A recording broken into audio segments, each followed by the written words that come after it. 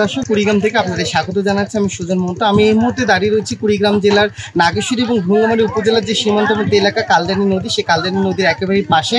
আর যেমনটা জানাই যে গত দুদিন আগে কুড়িগ্রামের যে কালদানি নদী রয়েছে, সেই নদী থেকে কিন্তু আসলে ভারতের যে সীমান্ত রয়েছে, সেই সীমান্ত পার হয়ে নদী বেয়ে কিন্তু আসলে কয়েক হাজার কিন্তু আসলে গাছের যে গুঁড়ি, আর সেটি আমরা দেখেছিলাম যে আসলে ভেসে এসেছে।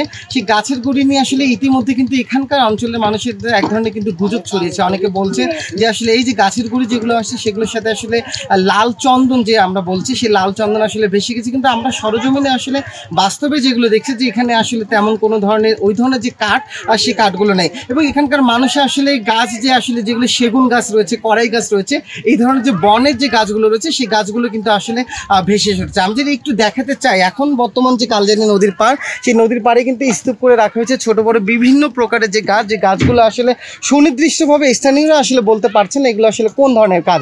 এবং ইতিমধ্যে যে গুজবটি ছড়িয়েছে চন্দনের কথা বলা হচ্ছে, লাল চন্দন, সেটি আসলে আমরা যেটা সরজমিনে দেখেছি এই ধরনের কোনো গাছ আসলে এখন পর্যন্ত পাওয়া যায়নি। তবে কিছু কিছু ক্ষেত্রে যেগুলো লাল কাঠ রয়েছে সেগুলো কিন্তু ইতিমধ্যে এখানকার লোকজন আসলে 80,000 থেকে শুরু করে প্রায় 1,20,000 টাকা পর্যন্ত আসলে দাম আছে। আমরা এরকম একজন প্রত্যক্ষদর্শী রয়েছে যিনি নিজে আসলে এই কাঠগুলো তুলেছেন, তার কাছে একটু জানতে চাই। এই যে আপনি নিজে কাঠগুলো তুলেছেন, কি কি তুললেন বিষয়টা যদি একটু বলেন, সত্য ঘটনা। সম্পূর্ণ খড়ির গাছ, এলে কোনো চন্দন কাঠ না।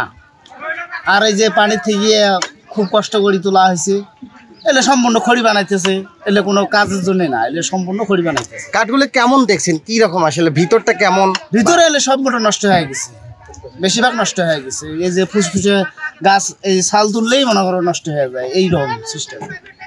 আচ্ছা, তার মানুষ যে বলছে আসলে এটা কি বলবেন? এলে মানুষের কথা বললে মানুষের তো আর মুখ আটকা যাবে না, আটকা যাবে। আর মানুষ নানান কথা কইতেছে।